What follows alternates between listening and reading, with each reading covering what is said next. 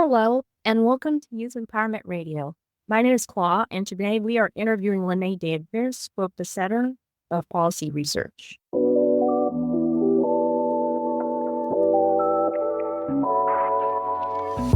The material and information presented here is provided by lived experience youth and is for general information purposes only. The views, thoughts, and opinions expressed are of those of the guest only and do not represent the views, thoughts, and opinions of Youth Move.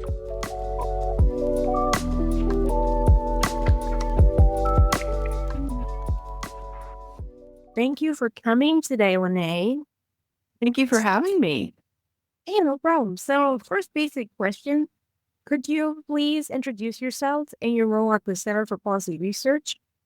Sure. So I'm Lenae Davis. I'm a senior research associate at the Center for Policy Research. I've been there for over 25 years. I've spent my whole career there conducting research and evaluation. We typically partner with governmental agencies from the federal government all the way down to local governments, nonprofit community service providers to conduct research and evaluation. We also provide technical assistance, intervention, design, and implementation support to programs that seek to test new, ways of providing services to at-risk and low-income families, women, children, youth, variety of at-risk populations. Wow, that's impressive. And a follow-up question to that, how did you become involved in addressing issues like youth homelessness and economic instability?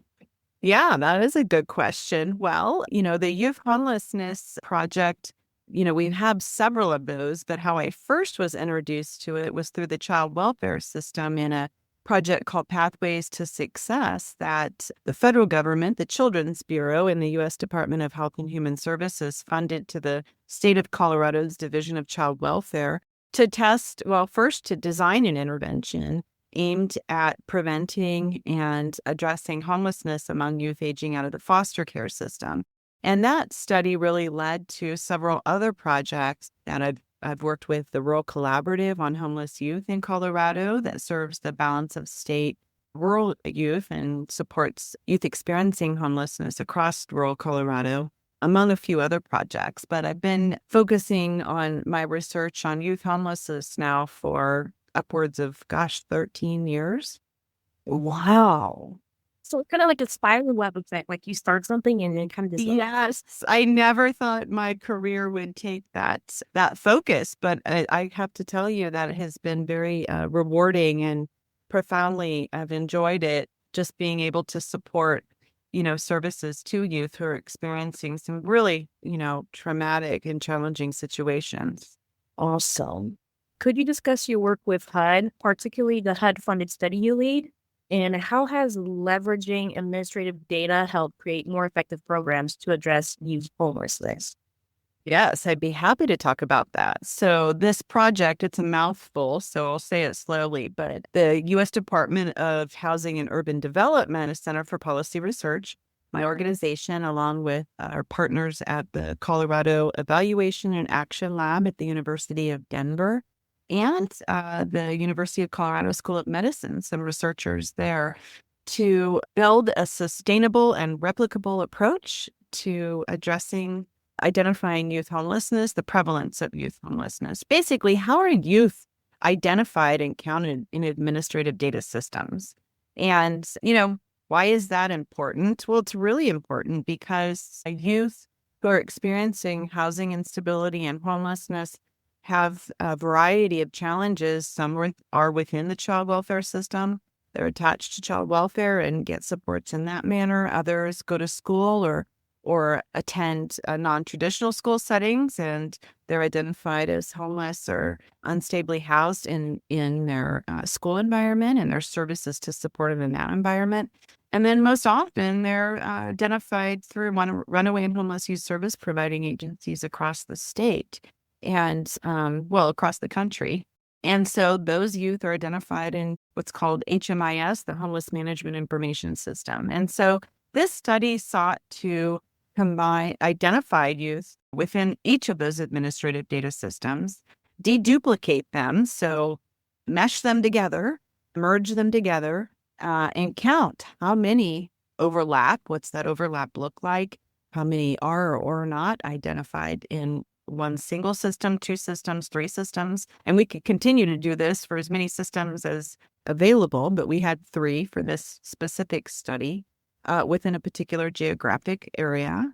And one, identify that known count of youth, where they overlap, where they're getting services, where they come into systems that serve them. What do those services look like? And there's a whole host of research questions that we can look at based on just having that systems data merged.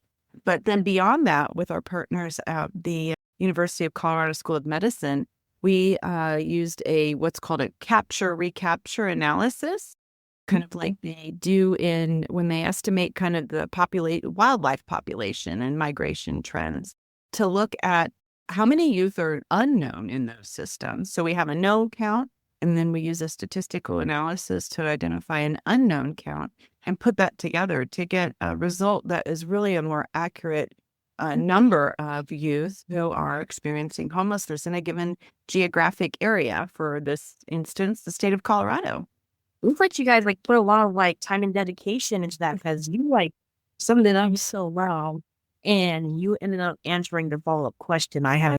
Well, I could expand on that a little bit. By identifying a youth in those systems and coming up with this prevalence estimate, we can determine within specific geographic areas. And let's talk about rural youth, for example. Rural youth who are experiencing homelessness.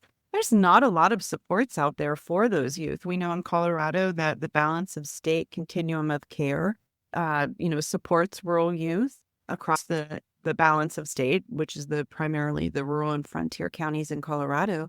And there are quite a large number, relatively speaking, of the population of youth who are experiencing homelessness that we really don't know where they're at, where they're accessing services.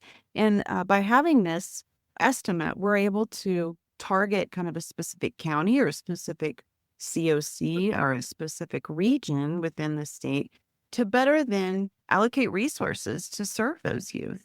And, how do we better, one, identify those youth and target resources to support those youth, primarily in those rural areas of Colorado where there's not typically shelter beds available, for example, or there's innovative ways that we have to serve those youth and provide services to them. I mean, we do across the whole state, obviously, but there are more services available in the Denver metro area, for example, where the larger population is. Thank you. Next question I have, in your experience, why is it so challenging to accurately count homeless youth? And how has the Center for Policy and Research worked to overcome these barriers? Yeah, it's really challenging because systems, we're talking for this particular study, we're talking about systems data, right? And so those systems, they're not really designed to accurately identify if a youth is homeless or not. And they define homelessness in a variety of ways. And so while one system may have a very broad definition of homelessness that would include couch surfing, for example, or staying on a friend's bed at night, another system might only mark you as unstably housed if you literally are homeless and sleeping on the street. And so the varying definitions of homelessness is one challenge. The other reason is, those systems aren't really designed to identify if a youth is homeless or not. They're designed to provide document services to youth who are experiencing, the foster care system, for example, or if they've gone into a shelter and needed, basic needs met, providing services through those ride providers, for example. So the systems are designed to serve youth and count the services or document the interactions with youth and what services are provided to them. And so having a consistent or broader definition would allow us to more accurately, identify youth in those systems. But beyond that, one really unique aspect of our study was that we worked with youth who were experiencing homelessness, and we incorporated the voice of those lived experts, those youth who have experienced and are experiencing homelessness, into kind of the study design and approach. And we got input and guidance from them on how do youth experiencing homelessness define being homeless, or what it's like to be unstably housed. What is it like to access services that you need in rural areas, for example? Or what's the services like what's your experience been getting services from a variety of service providers within these systems? How do you access those services? What does that support look like? And more importantly, what support are you not getting that you need that would really support you on your path to more stable housing and really economic security and stability? Leading a more stable life. That's really what we're hoping to accomplish by identifying and supporting these youth. Nice. And would you say working with these youth like improves the study you guys were doing last week? Yeah, absolutely. There's been a trend in research over the last several years that have really shifted towards, researchers typically design a study, collect data, and report on that data. But, really incorporating the voice of those lived experts, we call them the people these systems are serving, and hearing what are their needs and what are their experiences with these systems. How can it really allows us to better, one, define the study kind of goals and objectives, and really lends voice to the results. What do these results mean to you as a homeless youth? For example, what implications does this have for the service providers in your area? And what does this mean for a youth on the street experiencing housing instability? And how can we better then target our services and supports of these youth through, this kind of actionable use of the data that we've presented in our results? And you mentioned like the definition of homelessness being like a barrier. So how would you define it compared to like other organizations? So I would take a broad definition, which is what we did for this study. We know that from talking with youth, we know that homelessness and housing instability is not just sleeping on the street. We know that it is kind of a bigger picture kind of feeling that these youth have of being of not having their feet grounded, right? And not knowing where they're going to sleep the next night. They might have a shelter over their head. They might be on a couch at a friend's house. They might be in a situation where, oh, I'm going to stay here tonight, even though I don't really feel all that safe. And so, there's trade-offs for having a broad definition versus a more narrow definition. But that's, that really is dependent upon the agency. But I think just in general for researchers, it's important to note that, one, how the study participants, in this case, youth experiencing homelessness, how they identify as that definition of homelessness. What does it mean to them? And then taking that broader definition, so you're including them and their perspectives in both the study design and in the analysis, and then how you're reporting those results. It allows us to have a more clear picture, I think, and a better understanding of what we're studying. That's awesome. That's a good thing to keep in mind. Thank you for that. Yeah. So the next question I have is like kind of about like your research design. And it is, how does the Center for Policy and Research incorporate mixed method research, such as using qualitative and quantitative data in the evaluations? And what are the key benefits of this approach? Yeah. So we always try and incorporate a broad research approach when collecting data. And I think, this particular study that we're talking about today, the HUD-funded study, really allowed us to do both. And it was, the primary goal was to link these administrative data systems. So using quantitative data and analyzing those numbers, that's the quantitative approach, because those systems are very reliable in collecting data. There's a widespread use of them. It allowed us to look across the state, the state Division of Child Welfare. Their system called Trails is a white system that is a system of record for all families who are in the child welfare system. And so it's a very reliable, strong source of quantitative data that gives us a clear picture. And it's critical to have that, when we're analyzing and reporting data. but also the qualitative component, as I spoke to a little bit about, incorporating the voice of those youth with lived experience, hearing from them. It's, I think, equally important to kind of get their generate reactions, hear from their experiences with community service providers, those runaway and homeless youth service providers, where they access services. What are their needs? Documenting that. Also, what are their experiences with those other systems? And that really helps us learn.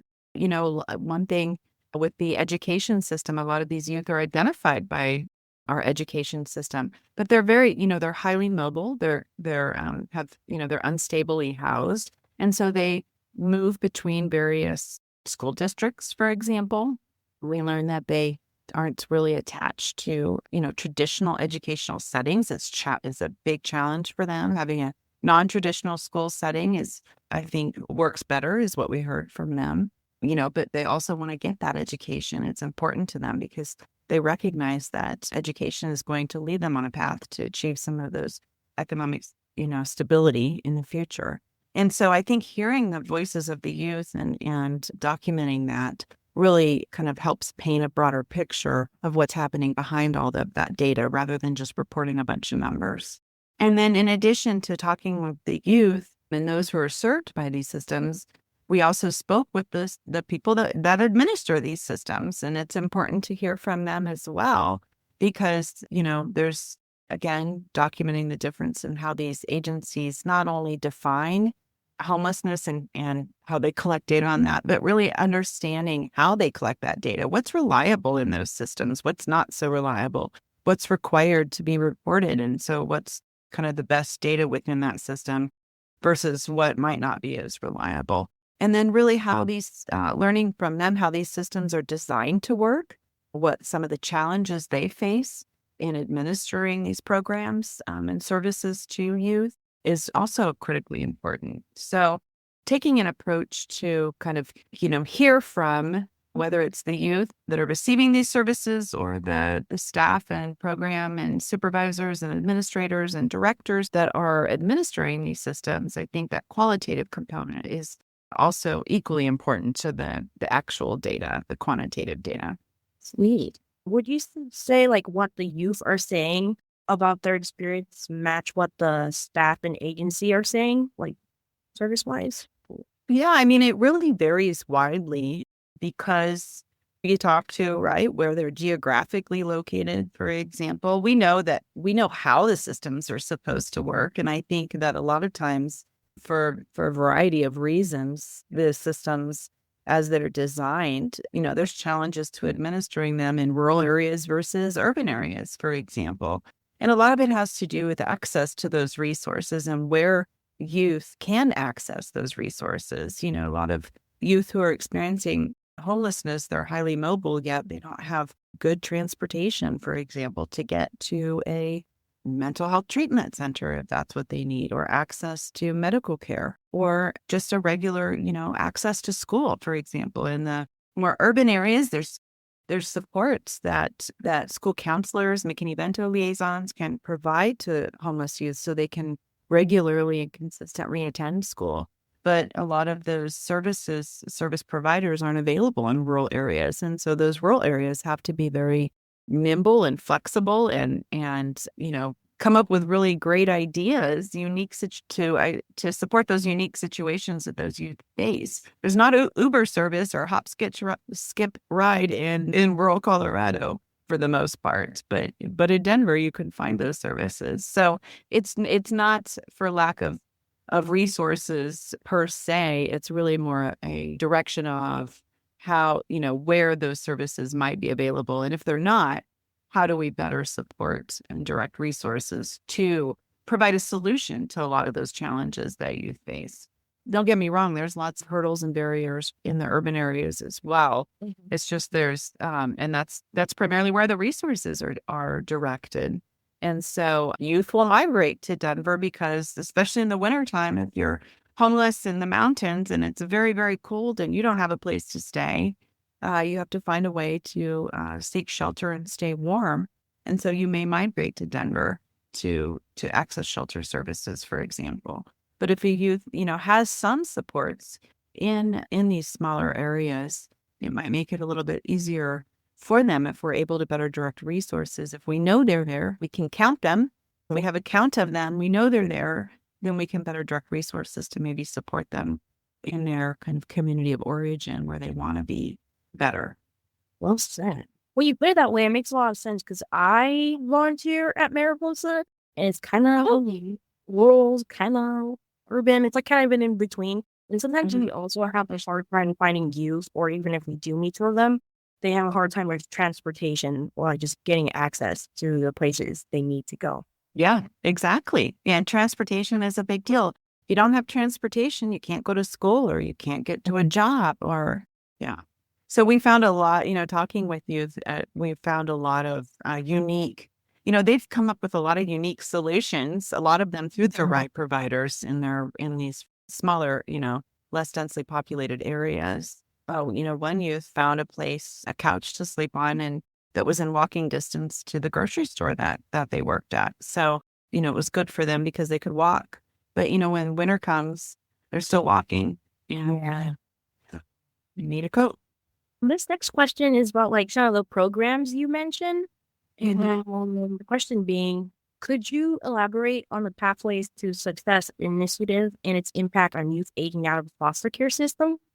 Yes. So this is the study that really kind of started my research path with youth homelessness. And I mentioned previously it was funded by the Children's Bureau to the state of Colorado's Division of Child Welfare. And it was a very thoughtful study by the federal government, really, because they sought to really they identified a problem, which was wanting to either prevent or address youth homelessness for youth who are aging out of foster care.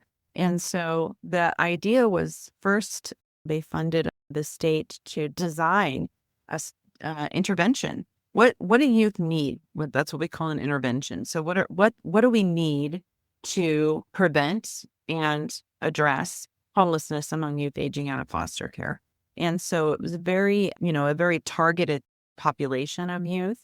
And we brought together youth across the state. We brought together all of those community partners, the Runaway and Homeless Youth Service providing agencies, and all those state agencies, many of that I mentioned earlier, Child Welfare, Department of Education, the Department of Labor and Employment, agencies that this population would touch, hopefully, and thoughtfully came up with designed an intervention with those youth. It was youth-led to address that. And the intervention we came up with was Pathways to Success, or just referred to it as Pathways. And the federal government liked what we did, and so they funded a small-scale phase 2 of that called a formative evaluation, where we implemented this Pathways model in 3 counties in Colorado, or three geographic areas in Colorado: an urban setting, a suburban setting, and a rural setting. We partnered with the local Runaway and Homeless Youth Service providing agency and the county's Division of Child Welfare, among many others. But those were the 2 primary ones. And we, placed what we called a navigator in those settings and provided the Pathways intervention. The Pathways intervention is engaging youth in a coach-like way. It's coach-led, coach-driven. It's coach-led, but it's youth-driven. And the navigator really works and walks alongside the youth to set and achieve goals, whatever the youth-driven goals are. And, we measured outcomes for those youth. We provided flex funds. That's part of the intervention design. And, just small, really dollar value things that youth need, like work boots, for example, or transportation assistance. But really that coach worked closely with that youth in a real meaningful way to set them on a path to success. And so we tested that in these 3 settings. We tested it with about 120 youth, and we had a pre-post study design where we collected data at baseline or at program entry. And then we followed those youth for 12 months, and we did some follow-up interviews, and we used administrative data from the Child Welfare Division to measure outcomes. And the 5 key outcomes that we looked at were broadly, health and well-being, housing stability, employment, education, and permanency, relational permanency in this instance. And what we found was that the outcomes were showing very positive in the right direction. And so the federal government said, this is really building the evidence base for this pathways model, and we're going to fund you for a third phase, a summative evaluation.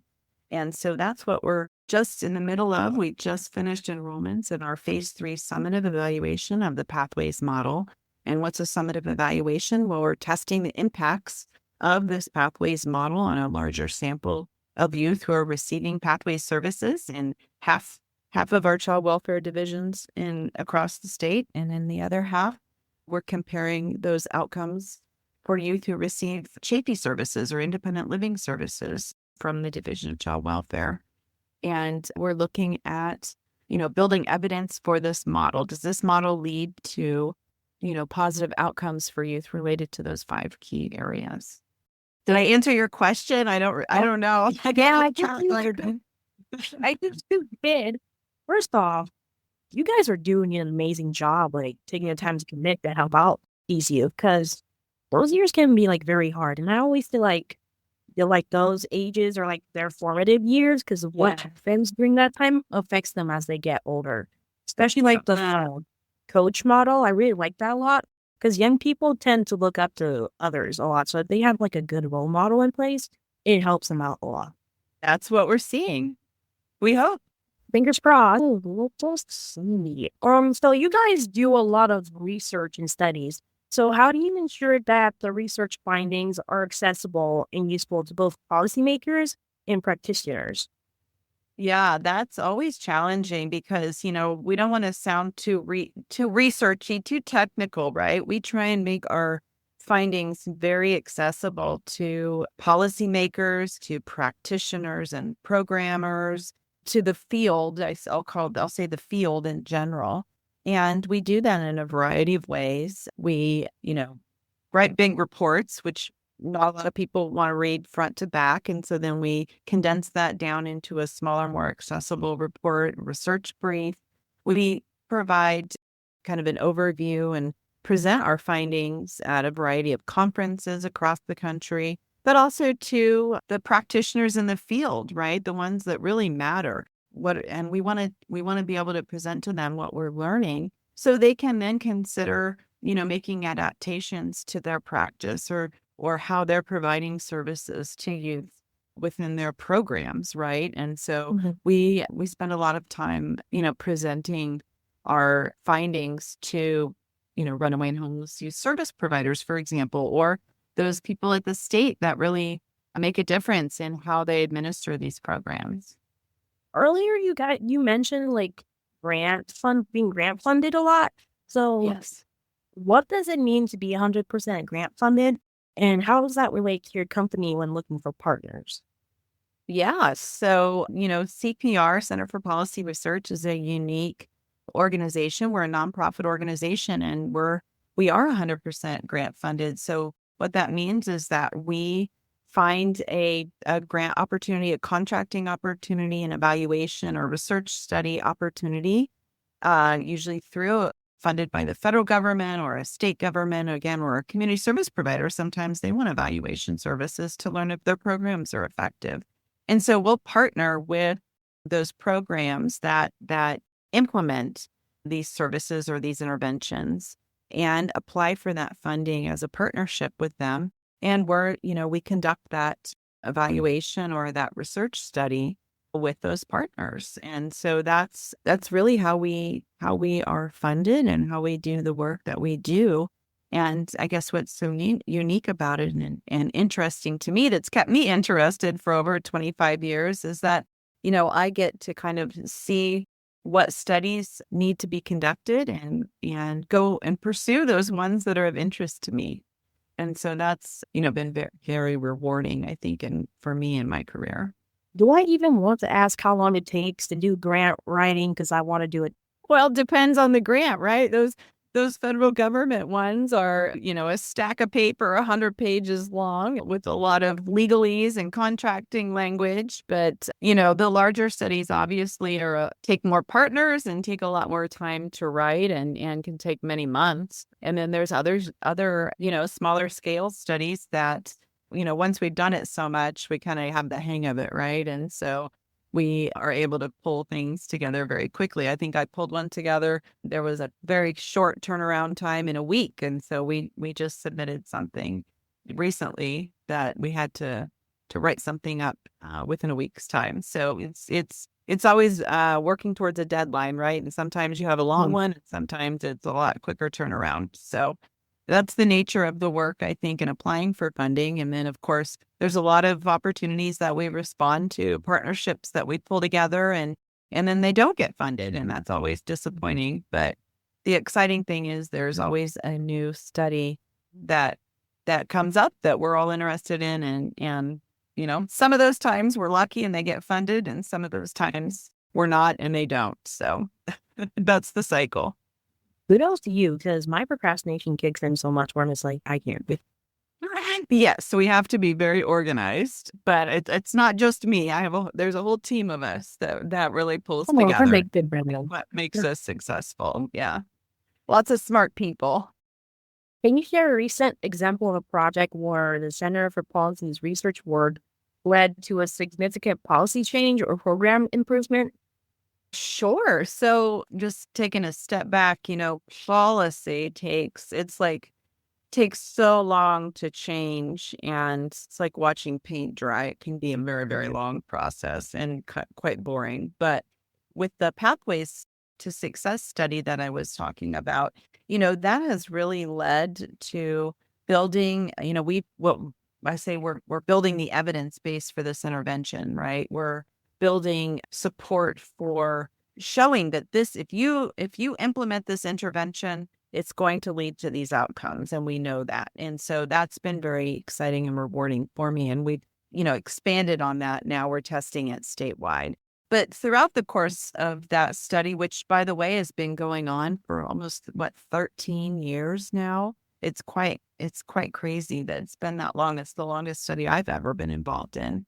But that has led to changes in programs and policies across Colorado in their Division of Child Welfare and their Division of Housing and Homeless Youth Services, and how runaway and homeless youth service providers have, provided services, the method of providing services to homeless youth. And so that has been very rewarding, I think, for me to see.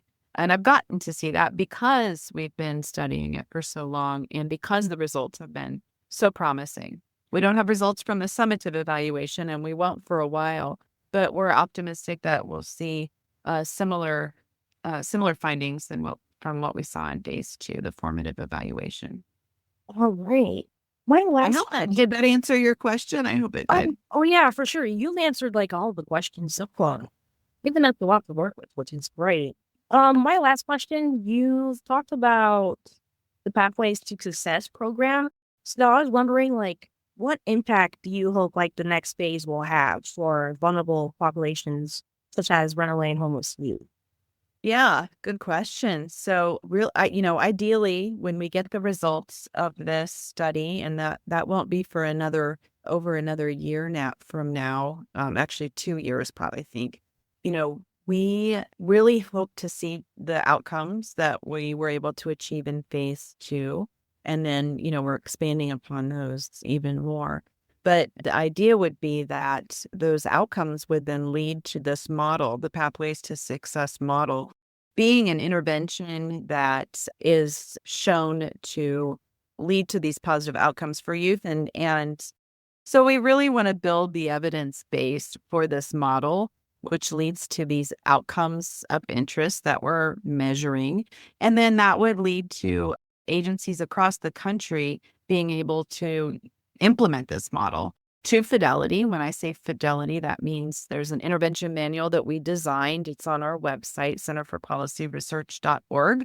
And then you go to the Pathways to Success webpage on our website, and it has all of the research studies documented that we've done, but also the intervention manual, which we will be updating for phase 3. But agencies, child welfare agencies, runaway and homeless youth service providing agencies, agencies that serve homeless youth can use this model. They can implement this model in their setting. And we know that if they implement it to fidelity, as designed, as we designed it, then they're going to achieve those outcomes. And that's going to serve, youth all across the country. And for those who are at increased risk of homelessness, that's going to lead to better outcomes for those youth. And that's really what we're hoping to achieve. And, we've accomplished that in Colorado, and, we're testing it, and we're hoping that, that's one intervention that agencies can implement and point to and say, we're doing this, and we know this leads to these positive outcomes for youth who are at increased risk of homelessness. Because not all youth in those systems are at increased risk of homelessness. We know that having multiple risk factors, so multiple things that have happened to you and, in your life, could lead to an increased risk of being homeless or housing unstable along the way. And so this is one model that we have designed in our testing to see about leading to those more positive outcomes. Awesome. Well, best of luck. I think it's going to be a great outcome. Yes, me too. I'm very hopeful. I'm very optimistic, but I'm an eternal optimist, so I tend to be that way anyway. Well, thank you so much for giving us some of your time to do this podcast interview. It was great. Yes, thank you so much for being a great host and having great questions and a wonderful conversation. Thank you.